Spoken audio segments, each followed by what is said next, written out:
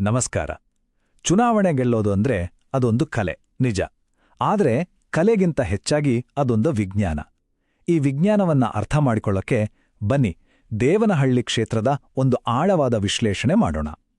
ಇಲ್ಲಿ ರಾಜಕೀಯ, ಅಂಕಿಅಂಶಗಳು, ಜನರ ಆಸೆ ಆಕಾಂಕ್ಷೆಗಳು ಎಲ್ಲವೂ ಹೇಗೆ ಒಂದಕ್ಕೊಂದು ಬೆಸೆದುಕೊಂಡಿದೆ ಅಂತ ನೋಡೋಣ. ಹಾಗಾದ್ರೆ ಒಂದು ಚುನಾವಣೆಯನ್ನ ನಿಜವಾಗ್ಲೂ ಗೆಲ್ಲೋದು ಹೇಗೆ? ಬರೀ ಭಾಷಣಗಳಿಂದ, ಮೀಡಿಯಾದಲ್ಲಿ ಬರೋಬ್ಬರಿ ಸದ್ದು ಮಾಡೋದ್ರಿಂದ ಆಗುತ್ತಾ? ಖಂಡಿತ ಇಲ್ಲ. ಅದರ ಹಿಂದೆ ಒಂದು ರಾಜಕೀಯ ವಿಜ್ಞಾನ ಇರುತ್ತೆ. ಇವತ್ತು ನಾವು ಆ ವಿಜ್ಞಾನವನ್ನ ದೇವನಹಳ್ಳಿ ಕ್ಷೇತ್ರದ ಮೂಲಕ ಅರ್ಥ ಮಾಡ್ಕೊಳ್ಳೋಣ.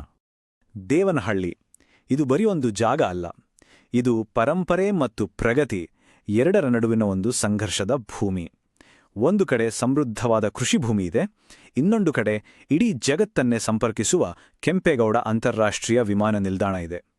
ಇಲ್ಲಿ ಹಳಬರು ಮತ್ತು ಹೊಸಬರ ಕನಸುಗಳು ಎರಡು ಒಟ್ಟಿಗೆ ಉಸಿರಾಡುತ್ತಿದೆ. ಸರಿ, ಮೊದಲು ನಾವು ಈ ಕ್ಷೇತ್ರದ ಮಣ್ಣಿನ ಗುಣವನ್ನ, ಇಲ್ಲಿನ ಅಸಲಿ ಸ್ವರೂಪವನ್ನ ನೋಡೋಣ. ಇಲ್ಲಿನ ಜನರ ಬದುಕು, ಅವರ ಸವಾಲುಗಳು, ಅವರ ಕನಸುಗಳು ಇದ್ಯಾವುದನ್ನು ತಿಳಿಯದೆ ಇಲ್ಲಿನ ರಾಜಕೀಯವನ್ನ ಅರ್ಥ ಮಾಡ್ಕೊಳ್ಳೋದು ಸಾಧ್ಯವೇ ಇಲ್ಲ. ಈ ಕ್ಷೇತ್ರದ ಜನರನ್ನ ನೋಡಿದ್ರೆ ಒಂದು ಸ್ಪಷ್ಟ ಚಿತ್ರಣ ಸಿಗುತ್ತೆ. ನೋಡಿ, ಇಲ್ಲಿ 70% ಜನ ಇವತ್ತಿಗೂ ಹಳ್ಳಿಗಳಲ್ಲೇ ವಾಸ ಮಾಡ್ತಿದ್ದಾರೆ. ಅಂದ್ರೆ ಬಹುಪಾಲು ಗ್ರಾಮೀಣ ಪ್ರದೇಶ. ಇನ್ನುಳಿದ 30% ಮಾತ್ರ ನಗರವಾಸಿಗಳು. ಇದರಲ್ಲಿ ಗಮನಿಸಬೇಕಾದ ಅಂಶ ಅಂದ್ರೆ ಸುಮಾರು 24% ಪರಿಶಿಷ್ಟ ಜಾತಿ ಮತ್ತು ಸುಮಾರು 10% ಪರಿಶಿಷ್ಟ ಪಂಗಡದ ಜನರಿದ್ದಾರೆ. ಇದರರ್ಥ ಏನು? ತುಂಬಾ ಸ್ಪಷ್ಟ. ಇಲ್ಲಿನ ರಾಜಕೀಯದ ನಾಡಿಮಿಡಿತ ಇರೋದೇ ಹಳ್ಳಿಗಳಲ್ಲಿ, ದಲಿತ ಸಮುದಾಯಗಳ ಆಸೆ ಆಕಾಂಕ್ಷೆಗಳಲ್ಲಿ. ಆದ್ರೆ ಇಲ್ಲೊಂದು ದೊಡ್ಡ ವಿಪರ್ಯಾಸ ಇದೆ ನೋಡಿ. ಇಲ್ಲಿ ಸಾಕ್ಷರತೆ 77% ಇದೆ, ಚೆನ್ನಾಗಿದೆ. ಆದ್ರೆ ಯುವಕರಿಗೆ ಕೆಲ್ಸ ಇಲ್ಲ. ಯಾಕೆ? ಶಿಕ್ಷಣ ಇದೆ, ಆದ್ರೆ ಉದ್ಯೋಗಕ್ಕೆ ಬೇಕಾದ ಕೌಶಲ್ಯಗಳಿಲ್ಲ. ವಿಮಾನ ನಿಲ್ದಾಣ, ದೊಡ್ಡ ಕಾರ್ಖಾನೆಗಳು ಪಕ್ಕದಲ್ಲೇ ಇದ್ರೂ ನಮ್ಮ ಸ್ಥಳೀಯ ಯುವಕರಿಗೆ ಉದ್ಯೋಗ ಸಿಗ್ತಾ ಇಲ್ಲ. ಈ ಕೌಶಲ್ಯದ ಕೊರತೆ ಇವತ್ತಿನ ಯುವಕರ ಅತಿ ದೊಡ್ಡ ನೋವಾಗಿದೆ. ಸರಿ, ಈಗ ನೇರವಾಗಿ ಚುನಾವಣೆಯ ಅಂಕಿಅಂಶಗಳ ಕಡೆಗೆ ಬರೋಣ. ಇದನ್ನ ಒಂದು ರೀತಿ ರಾಜಕೀಯದ ಕ್ಲಿನಿಕಲ್ ರಿಪೋರ್ಟ್ ಅಂತಾನೆ ಹೇಳ್ಬೋದು. ಇಲ್ಲಿರೋ ಸಂಖ್ಯೆಗಳು ಏನು ಕಥೆ ಹೇಳ್ತವೆ ಅಂತ ನಾವು ಸಾವಧಾನವಾಗಿ ಕೇಳಬೇಕು. 2023ರ ಫಲಿತಾಂಶ ನೋಡೋಣ. ಕಾಂಗ್ರೆಸ್ಗೆ ಸಿಕ್ಕಿದ್ದು 40.46% ವೋಟು, ಜೆಡಿಎಸ್ಗೆ 37.90%, ಇನ್ನು ಬಿಜೆಪಿಗೆ 19.05%. ಸ್ಪಷ್ಟವಾಗಿ ಕಾಣಿಸ್ತಾ ಇದೆ, ಮತಗಳು 3 ಪಕ್ಷಗಳ ನಡುವೆ ಹರಿದು ಹಂಚಿ ಹೋಗಿವೆ. ಯಾರಿಗೂ ನಿಖರವಾದ ಜನಾದೇಶ ಸಿಕ್ಕಿಲ್ಲ. ಗೆಲುವಿನ ಅಂತರ ನೋಡಿ, ಕೇವಲ 4,631 ವೋಟುಗಳು. ಅಂದ್ರೆ ಕೇವಲ 2.56% ಅಂತರದಲ್ಲಿ ಗೆಲುವು ಸೋಲು ನಿರ್ಧಾರವಾಗಿದೆ. ಅಬ್ಬಾ, ಎಂಥ ಸೂಕ್ಷ್ಮವಾದ ಗೆಲುವು! ಅದಕ್ಕಾಗಿಯೇ ನಾವಿಷ್ಟು ಆಳವಾದ ವಿಶ್ಲೇಷಣೆ ಮಾಡ್ತಿರೋದು. ಇಲ್ಲಿ ಚಲಾವಣೆಯಾದ ಪ್ರತಿಯೊಂದು ವೋಟು ಕೂಡ ನಿರ್ಣಾಯಕವಾಗಿತ್ತು. ಈ ಸ್ಲೈಡಲ್ಲಿ ನಿಜವಾದ ಕಥೆಯಿದೆ. 2018ಕ್ಕೆ ಹೋಲಿಸಿದ್ರೆ ಕಾಂಗ್ರೆಸ್ನ ಮತಗಳಿಕೆ 5.6%ರಷ್ಟು ಕಡಿಮೆ ಆಗಿದೆ. ಅದೇ ಹೊತ್ತಿಗೆ ಜೆಡಿಎಸ್ ತನ್ನ ಮತ ಬ್ಯಾಂಕನ್ನ 6.4%ರಷ್ಟು ಹೆಚ್ಚಿಸಿಕೊಂಡಿದೆ. ಅಷ್ಟೇ ಅಲ್ಲ, ಮೊದಲ ಬಾರಿಗೆ ಸ್ಪರ್ಧೆ ಮಾಡಿದ ಬಿಜೆಪಿ ಸುಮಾರು 19% ಮತಗಳನ್ನ ಪಡೆದು ಇಡೀ ಕ್ಷೇತ್ರದ ರಾಜಕೀಯ ಲೆಕ್ಕಾಚಾರವನ್ನೇ ಬದಲಾಯಿಸಿಬಿಟ್ಟಿದೆ. ಅಂದ್ರೆ ಕಾಂಗ್ರೆಸ್ ಗೆದ್ದಿರ್ಬೋದು, ಆದ್ರೆ ಅವರ ಹಿಡಿತ ಸಡಿಲ ಆಗ್ತಾ ಇದೆ. ಸರಿ, ಫಲಿತಾಂಶದಿಂದ ಈಗ ಅದರ ಹಿಂದಿರೋ ಕಾರಣಗಳಿಗೆ ಹೋಗೋಣ. ಜನರ ನೋವೇನೋ? ಮತದಾರರು ತಮ್ಮ ನಾಯಕರಿಂದ ಏನನ್ನ ಬಯಸಿದ್ರು, ಆದ್ರೆ ಅವ್ರಿಗೇನ್ ಸಿಗ್ಲಿಲ್ಲ. ಯಾಕಂದ್ರೆ ರಾಜಕೀಯದ ಬೇರುಗಳಿರೋದೇ ಜನರ ದೈನಂದಿನ ಕಷ್ಟಗಳಲ್ಲಿ.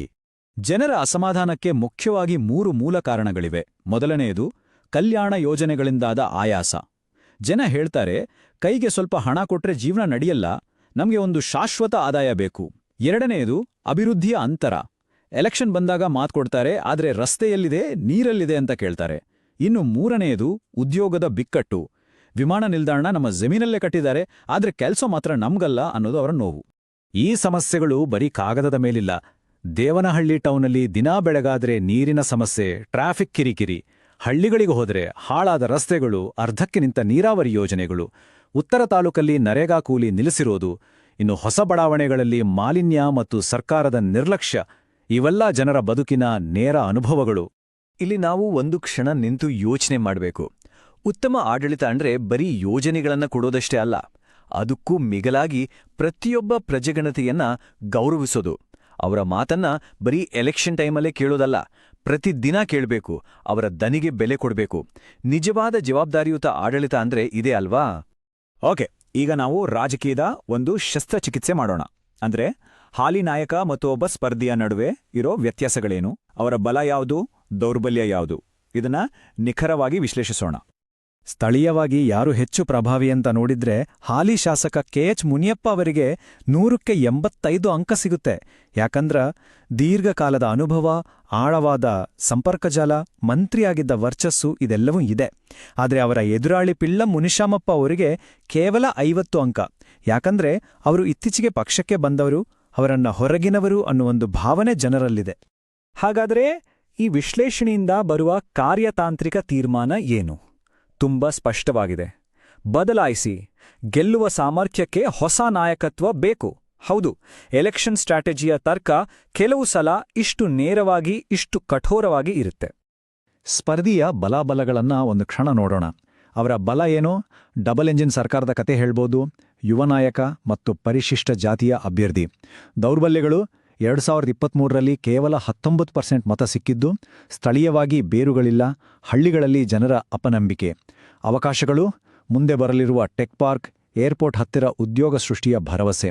ಇನ್ನು ಬೆದರಿಕೆಗಳು: ಹಾಲಿ ಶಾಸಕರ ಪ್ರಭಾವ ಮತ್ತು ಕಾಂಗ್ರೆಸ್ನ ತಳಮಟ್ಟದ ಕಾರ್ಯಕರ್ತರ ದೊಡ್ಡ ಪಡೆ. ಹಾಗಾದ್ರೆ ಈ ಎಲ್ಲಾ ಸವಾಲುಗಳನ್ನ ಎದುರಿಸಿ ಅವಕಾಶಗಳನ್ನ ಬಳಸ್ಕೊಳ್ಳೋಕೆ ಪರಿಹಾರ ಏನು? ಅದಕ್ಕಾಗಿ ರೂಪಿಸಿರೋ ಒಂದು ವಿಶೇಷವಾದ ಬಹುಮುಖಿ ಸಂವಹನ ತಂತ್ರವನ್ನ ಈಗ ನೋಡೋಣ. ಈ ತಂತ್ರದ ಹೆಸರು ಚತುರ್ಮುಖ ಸಿದ್ಧಾಂತ. ಅಂದ್ರೆ ಸಂವಹನ ಮತ್ತು ಆಡಳಿತಕ್ಕೆ 4 ಮುಖಗಳಿರೋ ಒಂದು ಸಮಗ್ರ ಮತ್ತು ಶಕ್ತಿಯುತವಾದ ಪ್ಲಾನ್. ಈ ಸಿದ್ಧಾಂತದ 4 ಮುಖಗಳು ಹೀಗಿವೆ. ಮೊದಲನೇದು ಶಿವ, ಅಂದ್ರೆ ಆಕ್ರಮಣಕಾರಿ. ವಿರೋಧಿಗಳ ಕುಟುಂಬ ರಾಜಕಾರಣ ಮತ್ತು ಅಭಿವೃದ್ಧಿ ವೈಫಲ್ಯದ ಮೇಲೆ ನೇರವಾದ ದಾಳಿ. ಎರಡನೇದು ವಿಷ್ಣು, ಸ್ಥಿರತೆ. ಡಬಲ್ ಇಂಜಿನ್ ಸರ್ಕಾರದ ಮೂಲಕ ಸ್ಥಿರ, ನಂಬಿಕೆಗೆ ಅರ್ಹವಾದ ಅಭಿವೃದ್ಧಿ ಮಾಡ್ತೀವಿ ಅಂತ ಹೇಳೋದು. ಮೂರನೇದು ಬ್ರಹ್ಮ, ನಾವೀನ್ಯತೆ. ಸ್ಪೇಸ್ ಟೆಕ್ ಪಾರ್ಕ್ನಂತಹ ಭವಿಷ್ಯದ ಯೋಜನೆಗಳನ್ನು ತೋರಿಸಿ ಯುವಕರನ್ನ ಸೆಳೆಯೋದು. ನಾಲ್ಕನೇದು ದುರ್ಗಾ, ರಕ್ಷಣೆ. ಮಹಿಳೆಯರ ಸುರಕ್ಷತೆ ಮತ್ತು ರೈತರ ಭದ್ರತೆಯನ್ನ ನಮ್ಮ ಆದ್ಯತೆ ಅಂತ ಹೇಳೋದು. ಶಿವತಂತ್ರಕ್ಕೆ ಒಂದು ಉದಾಹರಣೆ ಇಲ್ಲಿದೆ ನೋಡಿ. ಅಭಿಮಾನಿ ಥಕಿಲು ಮುಕ್ತ, ಅಂದ್ರೆ ಕುಟುಂಬ ರಾಜಕಾರಣದಿಂದ ಸ್ವಾತಂತ್ರ್ಯ. ಇದು ಜನರ ಅಸಮಾಧಾನವನ್ನೇ ಗುರಿಯಾಗಿಟ್ಕೊಂಡ ಒಂದು ಆಕ್ರಮಣಕಾರಿ ಸಂದೇಶ. ಹಾಗೆ ಬ್ರಹ್ಮತಂತ್ರದ ಒಂದು ಮಾತು, ಭಾರತೀಯ ನವಾಚಾರ, ಅಂದ್ರೆ ಭಾರತೀಯ ನಾವೀನ್ಯತೆ. ಇದು ಉದ್ಯೋಗದ ನಿರೀಕ್ಷೆಯಲ್ಲಿರುವ ಯುವಕರಲ್ಲಿ ಒಂದು ಹೊಸ ಭರವಸೆಯನ್ನ ಹುಟ್ಟಿಸುವಂತಹ ಮಾತು. ಸಂವಹನ ತಂತ್ರದ ನಂತರ ಈಗ ಮತದಾರರಿಗೆ ಕೊಡಬೇಕಾದ ನಕ್ಕರ ಭರವಸೆಗಳ ನೀಲನಕ್ಷೆಯನ್ನ ನೋಡೋಣ. ಇದನ್ನ ಕ್ಷೇತ್ರದ ಜನರ ಜೊತೆಗಿನ ಒಂದು ಹೊಸ ಸಾಮಾಜಿಕ ಒಪ್ಪಂದ ಅಂತಾನೂ ಕರೀಬೋದು. ಈ ನೀಲನಕ್ಷೆ ಪ್ರತಿಯೊಂದು ವರ್ಗದ ಜನರನ್ನು ತಲುಪಲು ನಿರ್ದಿಷ್ಟ ಯೋಜನೆಗಳನ್ನ ಹೊಂದಿದೆ. ಉದ್ಯೋಗಕ್ಕಾಗಿ ಕಾಯ್ತಾ ಇರೋ ಯುವಕರಿಗೆ ಟೆಕ್ ಜಾಬ್ ಫೇರ್ಗಳು, ಮಹಿಳೆಯರ ಸುರಕ್ಷತೆ ಮತ್ತು ಆರೋಗ್ಯಕ್ಕಾಗಿ ಮನೆ ಮನೆಗೆ ಭೇಟಿ, ಜಮೀನು ದಾಖಲೆ ಸಮಸ್ಯೆಯಿಂದ ಬಳಲುತ್ತಿರೋ ರೈತರಿಗಾಗಿ ಕಿಸಾನ್ ಪಾದಯಾತ್ರೆ, ಹಾಗೆಯೇ ಎಸ್ಟಿ ಸಮುದಾಯಗಳಿಗಾಗಿ ವಸತಿ ಮತ್ತು ವೃತ್ತಿ ತರಬೇತಿಯ ಭರವಸೆಯೊಂದಿಗೆ ದಲಿತ ಸಮ್ಮೇಳನಗಳು. ಇಲ್ಲಿ ಇನ್ನೊಂದು ಮುಖ್ಯವಾದ ವಿಷಯ ಇದೆ.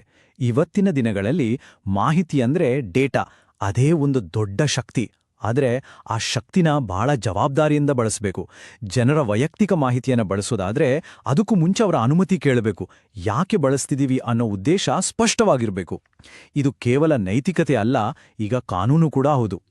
ಈಗ ಈ ಸಂಪೂರ್ಣ ಕಾರ್ಯತಂತ್ರದ ಅಡಿಪಾಯವಾಗಿರೋ 3 ಬೃಹತ್ ಅಭಿವೃದ್ಧಿ ಭರವಸೆಗಳನ್ನ ನೋಡೋಣ. ಇವೇ ದೇವನಹಳ್ಳಿಯ ಪ್ರಗತಿಯ 3 ಸ್ತಂಭಗಳು. ಮೊದಲನೇ ಸ್ತಂಭ, ಸ್ಯಾಟಲೈಟ್ ಟೌನ್ ರಿಂಗ್ ರೋಡ್ಗಾಗಿ 4750 ಕೋಟಿ ರೂಪಾಯಿ. ಇದು ಬರೀ ರಸ್ತೆ ಅಲ್ಲ, ಇದು ದೇವನಹಳ್ಳಿಯ ಟ್ರಾಫಿಕ್ ಸಮಸ್ಯೆಗೆ ಒಂದು ಪರಿಹಾರ, ರೈತರ ಬೆಳೆಗೆ ಒಳ್ಳೆ ಮಾರುಕಟ್ಟೆ ಮತ್ತು ಇಡೀ ಕ್ಷೇತ್ರದ ಆರ್ಥಿಕತೆಗೆ ಒಂದು ಹೊಸ ಶಕ್ತಿ ಕೊಡುವ ಯೋಜನೆ. ಈ ಎರಡನೇ ಸ್ತಂಭ, ವಿಮಾನ ನಿಲ್ದಾಣಕ್ಕೆ ನಮ್ಮ ಮೆಟ್ರೋ, ಅಂದಾಜು ವೆಚ್ಚ 10 ರಿಂದ 15 ಸಾವಿರ ಕೋಟಿ ರೂಪಾಯಿ. ಇದು ಕೆಲಸಗಳು ನಮಗಲ್ಲ ಅಂತ ನೋವಿನಲ್ಲಿದ್ದ ಯುವಕರಿಗೆ ನೇರ ಉತ್ತರ. ಇದು ದೇವನಹಳ್ಳಿಯನ್ನ ಬೆಂಗಳೂರಿನ ಉದ್ಯೋಗ ಕೇಂದ್ರಗಳ ಜೊತೆ ಜೋಡಿಸುವ, ಜನರ ದಶಕಗಳ ಕನಸನ್ನ ನನಸು ಮಾಡುವ ಯೋಜನೆ. ಮತ್ತು ಮೂರನೇ, ಬಹುಶಃ ಅತೀ ಮುಖ್ಯವಾದ ಸ್ತಂಭ, ಜಲಜೀವನ್ ಮಿಷನ್ ಅಡಿಯಲ್ಲಿ 100% ಮನೆಗಳಿಗೆ ಪೈಪ್ ಮೂಲಕ ನೀರು. ನಮಗೆ ನೀರು ಎಲ್ಲಿ ಅಂತ ಕೇಳ್ತಿದ್ದ ಜನರ ಮೂಲಭೂತ ಸಮಸ್ಯೆಗೆ, ಅವರ ದಿನನಿತ್ಯದ ಕಷ್ಟಕ್ಕೆ ಇದೊಂದು ಖಚಿತವಾದ ಪರಿಹಾರ. ಕೊನೆಯದಾಗಿ ಒಂದು ಪ್ರಶ್ನೆ. ಈ ರೀತಿ ಡೇಟಾ ಆಧಾರಿತವಾದ ನೀಲನಕ್ಷೆ ಕೊಟ್ಟ ಭರವಸೆಗಳು ಮತ್ತು ವಾಸ್ತವದ ನಡುವೆ ಇರೋ ಅಂತರವನ್ನ ನಿಜವಾಗಿಯೂ ಕಡಿಮೆ ಮಾಡಕ್ ಸಾಧ್ಯನಾ? ಇದು ನಾವೆಲ್ಲರೂ ಗಂಭೀರವಾಗಿ ಯೋಚಿಸಬೇಕಾದ ವಿಷಯ. ಒಟ್ಟಿನಲ್ಲಿ ದೇವನಹಳ್ಳಿ ಅಂತಹ ಕ್ಷೇತ್ರದಲ್ಲಿ ಬದಲಾವಣೆ ತರಬೇಕು ಅಂದ್ರೆ ಇಂತಹ ಆಳವಾದ ವಿಶ್ಲೇಷಣೆ ಅನಿವಾರ್ಯ. ನೀವೇನಾದ್ರೂ ಒಬ್ಬ ಜನಕೇಂದ್ರಿತ ನಾಯಕರಾಗಿ ನಿಮ್ಮ ಕ್ಷೇತ್ರವನ್ನ ಉನ್ನತೀಕರಿಸಬೇಕು ಅಂತ ಅನ್ಕೊಂಡಿದ್ರೆ blueprintstrategies.ai ಅನ್ನ mgr@blueprintstrategies.ai ನಲ್ಲಿ ಸಂಪರ್ಕಿಸಿ ಅಥವಾ 08042041602ಗೆ ಕರೆ ಮಾಡಿ. ನಮ್ಮ ಗುರಿ ರಾಜಕೀಯವನ್ನು ಮೀರಿದ ಉದ್ದೇಶ.